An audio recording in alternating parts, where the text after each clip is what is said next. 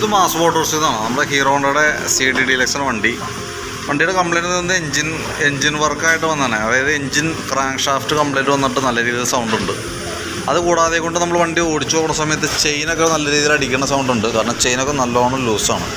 നമുക്ക് അഡ്ജസ്റ്റ് ചെയ്യാനായിട്ടുള്ളൊരിത് കാണുന്നുണ്ട്. നമുക്ക് അഴിച്ചു നോക്കിയാലാണ് കൃത്യമായിട്ടത് അതിൻ്റെ കണ്ടീഷൻ നോക്കിയിട്ട് എങ്ങനെ വേണ്ടത് വെച്ചാൽ നമുക്ക് ചെയ്യാം. അതേപോലെ തന്നെ ഈ സാരി ഗാർഡിൻ്റെ സൈഡൊക്കെ വെൽഡിങ് വിട്ടേക്കുന്നുണ്ട്. തന്നെയല്ല ഈ സൈഡ് നീട്ടം കൂടുതലുള്ള ബോൾട്ട് ഇട്ടിട്ടേ ഈ സൈഡിൽ നീട്ടം കൂടുതലുള്ള ബോൾട്ട് ഇടണം. അതിങ്ങനെ ടച്ച് ചെയ്തിട്ട് ഇവിടെ സസ്പെൻഷൻ്റെ ഈ ഭാഗം അത്രയും കട്ടായി പോയേക്കാം. അതേപോലെ ചെയിൻ കവറിൻ്റെ ഈ പോർഷനും മടങ്ങിയൊക്കെ എടുക്കുന്നുണ്ട്. അപ്പോൾ ഇതൊന്ന് കട്ട് ചെയ്താൽ ലെവലിലേക്ക് ആക്കണം. ഇവിടെ ഒന്ന് വെൽഡ് ചെയ്ത് റെഡി ആക്കേണ്ടതാണ്. ബലപ്പെടുത്തേണ്ടതായിട്ടുണ്ട്. ചെയിൻ കവറൊക്കെ ഒന്ന് അഴിച്ച് കറക്റ്റ് ചെയ്യണം. പിന്നെ ഓടിച്ച് നോക്കുമ്പോൾ വേറെ കംപ്ലയിൻറ്റ് കണ്ടെന്ന് വെച്ചാൽ നമുക്ക് ഈ ചെറിയ ഗട്ടറിലൊക്കെ ചാടുന്ന സമയത്ത് ഇവിടുത്തെ ഈ സെൻറ്ററിൽ വന്ന ബെയറിങ് പോയേക്കണ കംപ്ലയിൻ്റ് ഉണ്ട്. അത് ഈ ഗട്ടറൊക്കെ ചാടുമ്പോഴും ഫ്രണ്ട് ബ്രേക്കൊക്കെ പിടിക്കുന്ന സമയത്ത് ഫ്രണ്ടിൽ നിന്ന് കിടന്ന് ഷെയ്ക്ക് കാണിക്കുന്നുണ്ട്, ഇളക്കം കാണിക്കുന്നുണ്ട്. അതേപോലെ ഇവിടെ മൺകാണ്ടിൻ്റെ ഈ ഭാഗമൊക്കെ ഇവിടെ പൊട്ടിയിരിക്കുന്നുണ്ട്, സൈഡ് പൊട്ടിപ്പോയിട്ടുണ്ട്. ബ്രേക്കിൻ്റെ കേബിളൊക്കെ ഇവിടെ പൊട്ടിയിരിക്കുന്നുണ്ട്, ഫ്രണ്ട് ബ്രേക്കിൻ്റെ കേബിൾ. ടാങ്കിൻ്റെ ഭാഗം ഈ സൈഡ് ലീക്കാണ് ഈ കാണുന്നത് കേട്ടോ. ഇത്രയും ലീക്കാണ് ഈ കാണുന്ന സംഭവം. പിന്നെ അതേപോലെ തന്നെ ഈ വയറിങ്ങുമായി ബന്ധപ്പെട്ട് എന്തോ ഒരു കംപ്ലയിൻ്റ് ഉണ്ട്. കാരണം എന്താ വെച്ചാൽ ഇഗ്നിഷൻ സ്വിച്ചിൻ്റെ ലൂസ് കോൺടാക്റ്റ് കൂടാതെ കൊണ്ട് തന്നെ ഒരു ഷെയ്ക്ക് അനങ്ങണ സമയത്തൊക്കെ ഇലക്ട്രിക്കൽ ഭാഗങ്ങളൊക്കെ ചെറുതായിട്ടൊന്ന് കട്ടായത് ഇടയ്ക്കൊരു ലൂസ് കോൺടാക്റ്റ് പോലെ വന്നിട്ടുണ്ട്. അപ്പോൾ അതും നമുക്ക് അഴിച്ച് നോക്കേണ്ടതായിട്ടുണ്ട്. അപ്പോൾ നിലവിൽ നമ്മൾ ഫസ്റ്റ് ചെയ്യുന്ന കേസ് എന്നതിൽ എൻജിൻ വർക്കാണ് നമുക്ക് ഇമ്പോർട്ടൻ്റ് ആയിട്ടുള്ള കേസ്.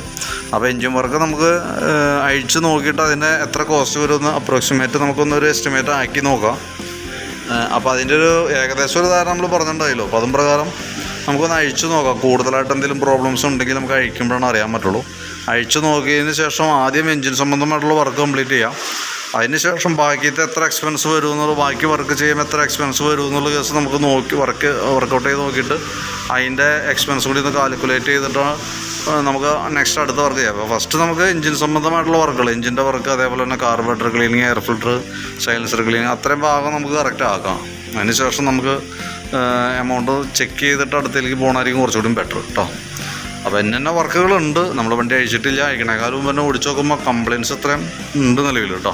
പിന്നെ അതുപോലെ തന്നെ നമുക്ക് ഈ ലെഫ്റ്റ് സൈഡിലത്തെ കവർ നമുക്കിത് ഓൾറെഡി ഇല്ല, മിസ്സിങ് ആണ് ഈ സൈഡ് കവർ കേട്ടോ. അത്ര കേസാണ് മെയിനായിട്ട് ഇതുമായി ബന്ധപ്പെട്ട് നമുക്ക് ഓടിച്ച് നോക്കുമ്പോൾ കാണുന്നത്. അപ്പോൾ ഞാൻ അതിൻ്റെ വണ്ടി എൻജിൻ്റെ ഭാഗം അഴിച്ച് നോക്കുമ്പോൾ എത്രത്തോളം അത് എഫക്റ്റ് ചെയ്തിട്ടുണ്ടെന്നുള്ള കേസ് നോക്കിയിട്ട് ഡാമേജുള്ള പാർട്സുകളുടെ ഒരു രീതിയിൽ നോക്കിയിട്ട് അതിൻ്റെ ഡീറ്റെയിൽസ് ഞാൻ അപ്ഡേറ്റ് ചെയ്യാം കേട്ടോ. ഇത് നമ്മുടെ വണ്ടിയുടെ എൻജിൻ്റെ ഭാഗം അഴിച്ചിട്ടുള്ള അതിൻ്റെ കംപ്ലയിൻസിൻ്റെ ഒരു ഡീറ്റെയിൽസ് പറയാൻ വേണ്ടിയിട്ടാണ് കേട്ടോ. നിലവിൽ നമുക്ക് മെയിനായിട്ട് ആ കംപ്ലയിൻറ്റ് കാണിച്ചുകൊണ്ടിരുന്നത് എൻജിൻ സൗണ്ട് വേരിയേഷനാണ് ഫസ്റ്റ് നമുക്ക് അനുഭവപ്പെട്ടുകൊണ്ടിരുന്നത്. അപ്പോൾ അത് നോക്കുമ്പോൾ അത് ഈ ക്രാങ്ക് ഷാഫ്റ്റ്, ഈ വന്ന ക്രാങ്ക് ഷാഫ്റ്റിൻ്റെയാണ് ആ കംപ്ലയിൻറ്റ്. അത് നമ്മൾ നോക്കുമ്പോൾ അറിയാം ഇതിൻ്റെ സെൻറ്ററിൽ വന്ന കണക്ടർ റോഡ് നല്ല രീതിയിൽ പ്ലേ വന്ന് പോയേക്കാം. അതുപോലെ തന്നെ ഇതിൻ്റെ സിലിണ്ടർ പിസ്റ്റൺ, അതായത് ക്രാങ്ക് ഷാഫ്റ്റിൻ്റെ ഈ കണക്ടർ റോഡുമാണ് ഡയറക്റ്റ് ഇതേപോലെ കണക്ട് ചെയ്യണത് പിസ്റ്റൺ. അപ്പോൾ അത് വർക്ക് ചെയ്തിട്ട് പിസ്റ്റൺ വർക്ക് ചെയ്തിട്ട് ഇതിൻ്റെ ഉള്ളിൽ സിലിണ്ടറിൻ്റെ പോർഷനൊക്കെ അത്യാവശ്യം നല്ല രീതിയിൽ തന്നെ സ്ക്രാച്ച് വന്ന് ഉള്ളിൽ ചെത്തി പോയേക്കണ കണ്ടീഷനിൽ എടുത്ത് പോയേക്കാണ് കേട്ടോ. അപ്പോൾ നിലവിൽ നമ്മൾ സിലിണ്ടർ പിസ്റ്റണൊക്കെ പറഞ്ഞിട്ടുള്ളൊരു എസ്റ്റിമേറ്റിലാണ് നമ്മളത് പറഞ്ഞേക്കുന്നത്. പിന്നെ അതിൻ്റെ ക്ലച്ച് ഡിസ്കൊക്കെ കിടക്കുന്നത് പുതിയതെന്ന് പറഞ്ഞാൽ കമ്പനി ആയിട്ടൊന്നുമല്ല, ഒരു MK എന്ന് പറഞ്ഞ കുറഞ്ഞ ബ്രാൻഡാണ് കിടക്കുന്നത്. അപ്പോൾ എന്തായാലും നമ്മൾ ഈ വർക്ക് ചെയ്യണ കൂട്ടത്തിലൂടെ ഇതൊക്കെ റീപ്ലേസ് ചെയ്യും കേട്ടോ. കാരണം എന്താ വെച്ചാൽ ഈ ഡിസ്ക് ഇട്ടാലുള്ള പ്രോബ്ലം ഒന്നാമത് ഓയിൽ പെട്ടെന്ന് നമുക്ക് അഴുക്കായി വരും. കാരണം ഇതിൻ്റെ ഈ വന്ന മെറ്റീരിയൽ ഓയിലിനകത്തേക്ക് മിക്സിങ് ആവും. പിന്നെയുള്ള പ്രോബ്ലം എന്ന് വെച്ചാൽ നമ്മൾ ഫസ്റ്റ് വണ്ടി സ്റ്റാർട്ട് ചെയ്തിട്ട്, ഇപ്പോൾ രാവിലെ വണ്ടി സ്റ്റാർട്ട് ചെയ്തിട്ട് ഗിയർ ഇടുന്ന സമയത്ത് ഒരു ചാട്ടം കാണിക്കും. അത് ഈ ഡിസ്കിൻ്റെ അതൊരു കംപ്ലയിൻ്റ് ആണ് കേട്ടോ. പിന്നെ അതേപോലെ തന്നെ ഇത് ഒരു പ്രാവശ്യം സിലിണ്ടർ പിസ്റ്റണൊക്കെ ബോർ ചെയ്ത് യൂസ് ചെയ്തതാണ്. ഇത് ബോറിങ് പിസ്റ്റണാണ് അത് നമുക്ക് കിടക്കുന്നത്.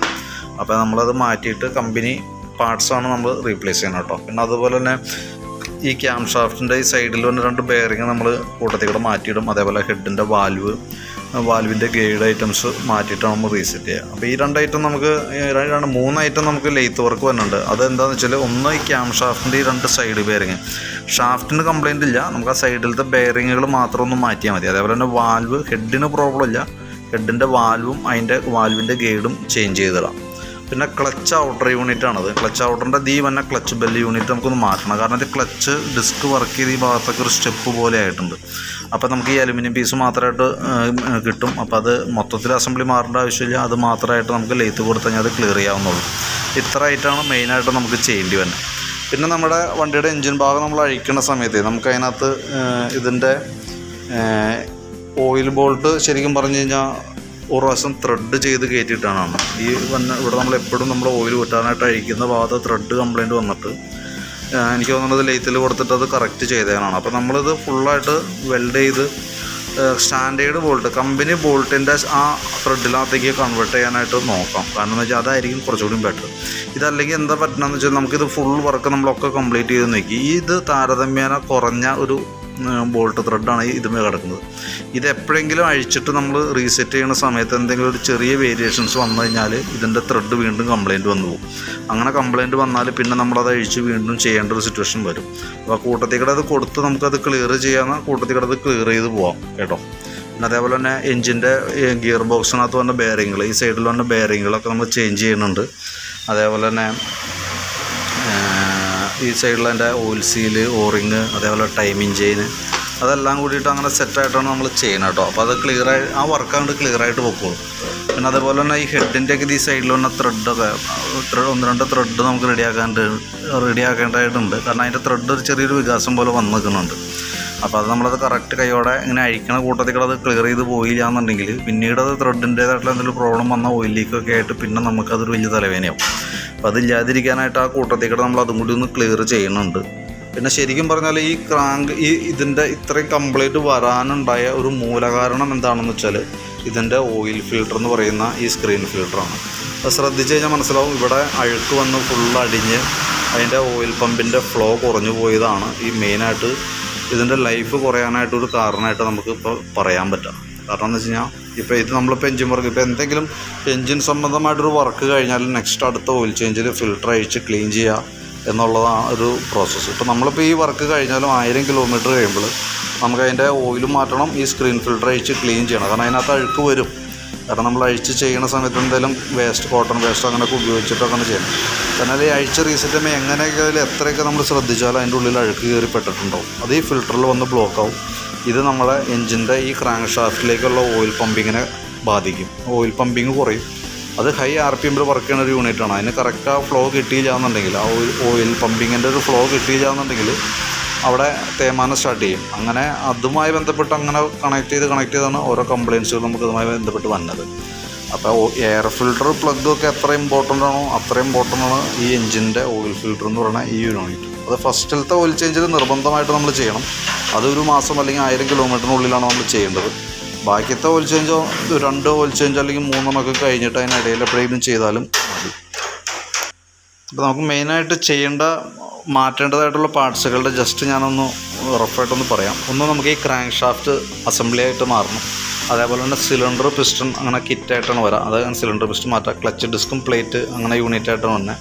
ടൈമിംഗ് ചെയിൻ കിറ്റായിട്ട് വന്നിട്ടുണ്ട്. പിന്നെ അതേപോലെ ഗിയർ ബോക്സിൻ്റെ ബെയറിങ്ങുകൾ ഈ സ്ക്രീൻ ഫിൽട്ടർ ചേഞ്ച് ചെയ്ത് തരാം. പിന്നെ അതേപോലെ തന്നെ ഓയിൽ സീൽ, ഓയിൽ, ഓറിങ് കിറ്റുകൾ അതൊക്കെയാണ് നമുക്ക് മെയിനായിട്ട് വന്നത് കേട്ടോ. അതെല്ലാം കൂടി വരുമ്പോൾ വന്ന എസ്റ്റിമേറ്റാണ് നമ്മൾ ഈ പറഞ്ഞൊരു എമൗണ്ട്. ഞാനത് ഏകദേശം ഒരു എസ്റ്റിമേറ്റ് ഒന്ന് റഫായിട്ടൊന്ന് വർക്കൗട്ട് ചെയ്യാം. അതായത് എൻജിനുമായി ബന്ധപ്പെട്ട് വരുന്ന വർക്കുകൾ മാത്രം ഒന്ന് വർക്കൗട്ട് ചെയ്യാം. അതിന് ശേഷമാണ് നമുക്ക് എൻജിൻ വർക്ക് കംപ്ലീറ്റ് ചെയ്യാന്നുള്ളതാണ്. അതിന് ശേഷമാണ് നമുക്ക് ബാക്കിയത്തെ അതിന് അത്യാവശ്യം വേറെ കുറച്ച് കംപ്ലയിൻസുകളൊക്കെ പറഞ്ഞിട്ടുണ്ട്. അതൊക്കെ അതിന് പുറമെ വന്ന വർക്കുകളാണ്. അപ്പോൾ ഞാൻ ഈ എൻജിൻ വർക്കിൻ്റെ കേസ് നോക്കിയിട്ട് കൃത്യമായിട്ട് അതിൻ്റെ ഒരു ഐഡിയ തരാം. ഏകദേശം നമുക്ക് എത്ര കോസ്റ്റ് വരും എങ്ങനെയാണെന്നുള്ള കേസ് ഒരു ഐഡിയ പറയാം കേട്ടോ. നോക്കിയിട്ടൊന്ന് റിപ്ലൈ ഇട്ടാൽ മതി. ഓക്കെ.